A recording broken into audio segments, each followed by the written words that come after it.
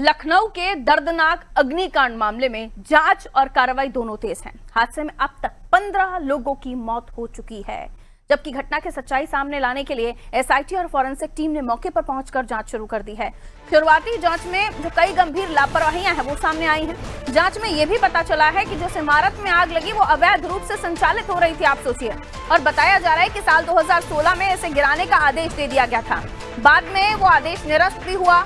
अब एलडीए ने बिल्डिंग मालिक को नोटिस जारी कर जवाब मांगा है। इसके अलावा इमारत में फायर सेफ्टी के पर्याप्त इंतजाम नहीं थे, इमरजेंसी एग्जिट नहीं था, छत का दरवाजा भी बंद मिला, जिसकी वजह से कई लोग समय पर बाहर नहीं निकल पाए।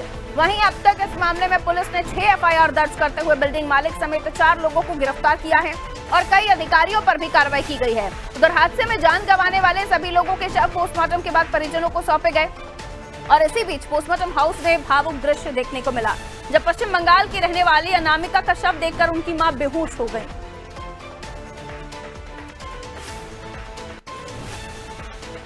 अपने कलेजे के टुकड़े को जिस परिवार ने खोया, उसके ऊपर क्या बीती होगी इसका अंदाजा आप कभी नहीं लगा सकते।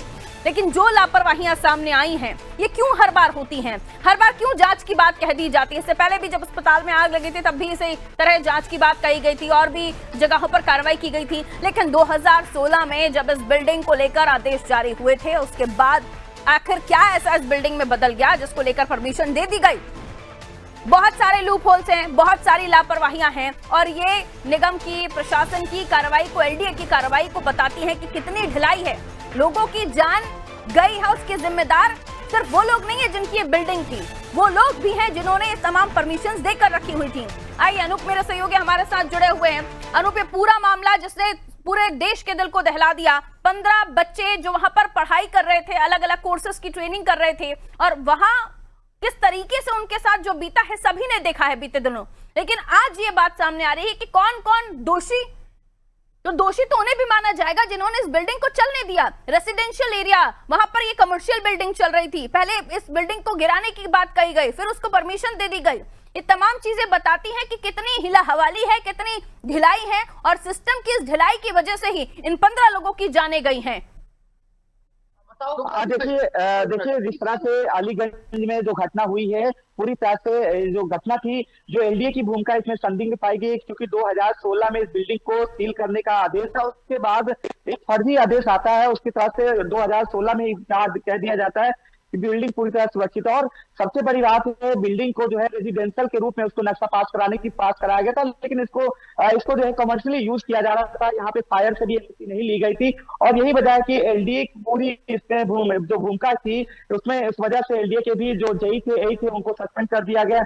एफआईआर हुई है, 4 लोगों को गिरफ्तार भी किया गया है, जो लोग व्यवस्थापक थे, जो गेम जिसका गेम ऐप का वहां चल रहा था, संचालन हो रहा था एनिमेशन का, वहां के संबंधित लोगों को पकड़ा भी गया है। और इस मामले में सीधे तौर पर जिस तरह से वहां पे फायर की अनुमति थी नहीं, घटना जब हुई है उसका छत के पास क्या वहां पे जो जीने का छत था 3rd फ्लोर का, उसको भी बंद कर दिया गया था। अगर जाहिर सी बात, अगर बंद हो अभी छात्र जो है वहां पे जो मौजूद हैं वो सुरक्षित हो जाते, लेकिन सबसे बड़ी लापरवाही यहाँ निकल कर आई कि पूरी तरह से सुरक्षा के मानकों को अनदेखी की गई थी, जिस वजह से ये भीषण अग्निकांड हुआ। और अग्निकांड में 15 लोगों को अपनी जान गंवानी पड़ी। सीधे तौर पर जो संबंधित जिम्मेदार अधिकारी थे, चाहे वो बिजली विभाग के हों, एलडीए के हों या फिर जो वहां पे स्थानीय स्तर के पुलिस अधिकारी थे, उन सारी कहीं ना कहीं भूमिका उन लोगों की संलिप्त पाई गई है।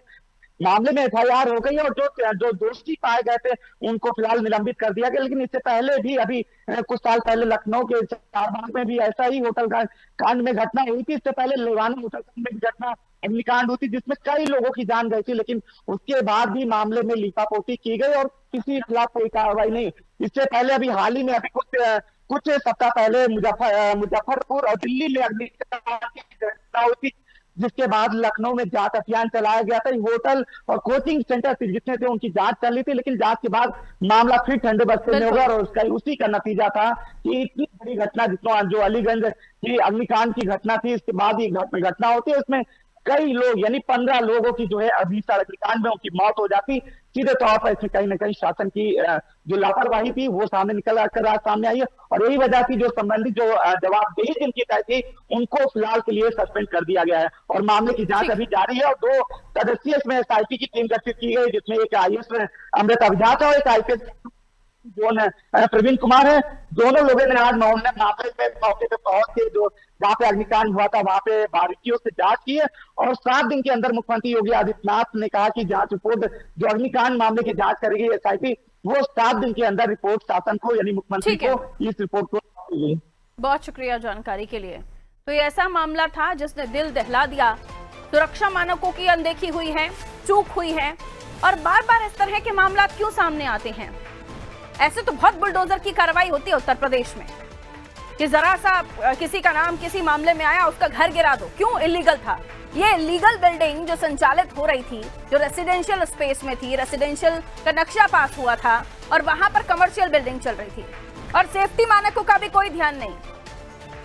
एग्जिट डोर्स 2 होते हैं, अलग अलग डोर्स देने पड़ते हैं अगर वो कमर्शियल स्पेस है तो। वहां एग्जिट डोर छोड़िए, जो पंचिंग के लिए डोर लगाया गया था वही नहीं खुल पा रहा था, और जैसे तैसे लोगों ने छत की तरफ भागने की कोशिश की तो छत का दरवाजा भी बंद। बाथरूम में बच्चे बैठे रहे, वहां दम घुटने से उनकी मौतें हो गईं। इन सब का जिम्मेदार कौन है? एलडीए, प्रशासन, वो लोग जो बार बार ऐसी बिल्डिंगों को स्वीकृति दे देते हैं। 2016 के बाद आखिर क्या इस बदल गया था इस बिल्डिंग में, जिसके बाद फिर से इसे संचालित करने की परमिशन दे दी गई? अपने आप में ये बड़ा सवाल है, और बार बार चीख चीख कर यही सवाल उठता है कि हर बार एक ही गलती, एक ही तरह की मिस्टेक क्यों?